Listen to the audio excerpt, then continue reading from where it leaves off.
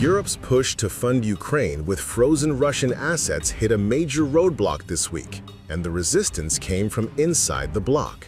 France, a key supporter of the broader reparations loan, refused to let Brussels tap Russian assets held in its private banks, according to the Financial Times.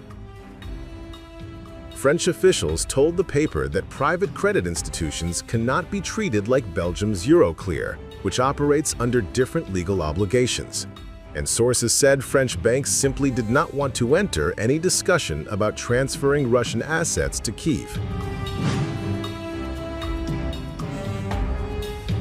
Across Europe, nearly 210 billion euros in Russian sovereign assets remain frozen. Of that, 185 billion euros sits inside Belgium's Euroclear depository. But an estimated 25 billion euros is scattered through private institutions, including France's banks, which hold around 18 billion euros, the second highest total in the EU, FT reported. The names of the banks remain confidential, adding another layer of political sensitivity as negotiations continue.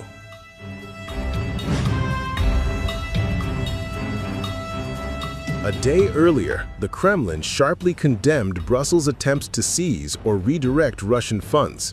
Kremlin spokesperson Dmitry Peskov called the move a phenomenal situation, adding that even the IMF had privately urged the EU to come to its senses before damaging